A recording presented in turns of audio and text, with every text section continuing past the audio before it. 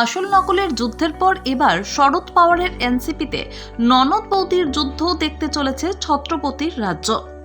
লোকসভা ভোটের পারদ একটু অন্যভাবে চড়তে শুরু করেছে মহারাষ্ট্রে। শাসক বিরোধীর লড়াইয়ের বদলে এখন এ রাজ্যে বেশি মাথা চাড়া দিয়েছে বিরোধীদের দলীয় কোন্দল। শিবসেনার মতোই এনসিপিতেও এখন চলছে আসল নকলের লড়াই। শরদ এবং অজিত পাওয়ার এই দুই গোষ্ঠীর মধ্যে কোন দল আসল এনসিপিতে তা নিয়ে শুরু হয়েছে আইনি যুদ্ধ।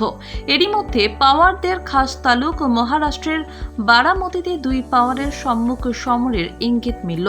তবে এই যুদ্ধ আসল নকলের নয়, দুই তরফই পাওয়ার পরিবারের সদস্য। একজন বারামতির টানা 3 বারের জয়ী এনসিপি সাংসদ তথা শরৎকন্যা সুপ্রিয়া শুলে, অন্যজন সুনেত্রা পাওয়ার, সম্পর্কে অজিতের স্ত্রী এবং সুপ্রিয়ার বৌদি। মহারাষ্ট্রের খবর, বারামতির সাংসদ সুপ্রিয়ার বিরুদ্ধে স্ত্রী সুনেত্রাকে দাঁড় করাতে চলেছেন অজিত। কেন জল্পনা? শুক্রবারই একটি বক্তৃতায় অজিত বারামতির ভোটারদের উদ্দেশ্যে একটি সবিনয় আর্জি করেছেন। নাম না করে অজিত বলেছেন, আপনাদের কাছে আমার অনুরোধ, আপনারা এবার এক নতুন প্রার্থীকে নির্বাচিত করুন। একই সঙ্গে অজিত জানিয়েছেন, নতুন হলেও এই প্রার্থীর রাজনীতি থেকে দূরের মানুষ নন, বরং তার চারপাশে ঘিরে রয়েছে অভিজ্ঞ রাজনীতিবিদেরা। সুনেত্রা ইতিমধ্যেই বারামতিতে অজিতের দলের হয়ে প্রচারের কাজ শুরু করেছিলেন। তখন থেকেই তাঁকে নিয়ে জল্পনা শুরু হয়েছিল। অজিতের এই বক্তৃতা তার স্ত্রী সুনেত্রাকে নিয়ে জল্পনার ইন্ধন দিয়েছে। বারামতি কেন গুরুত্বপূর্ণ? বারামতি হল শরদের খাস তালুক।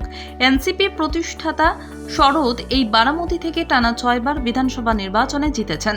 লোকসভা নির্বাচনে জিতেছেন টানা 5 বার, মোট 6 বার।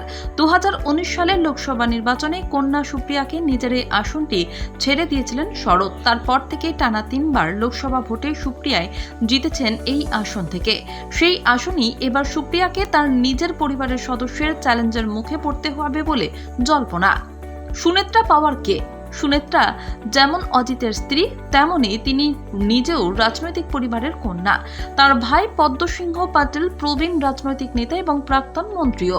সুনেত্রা এবং অজিতের 2 সন্তান জয় পাওয়ার এবং পার্থ পাওয়ার। এদের মধ্যে জয় পারিবারিক ব্যবসা সামলালেও পার্থ সক্রিয়ভাবে রাজনীতি করেন।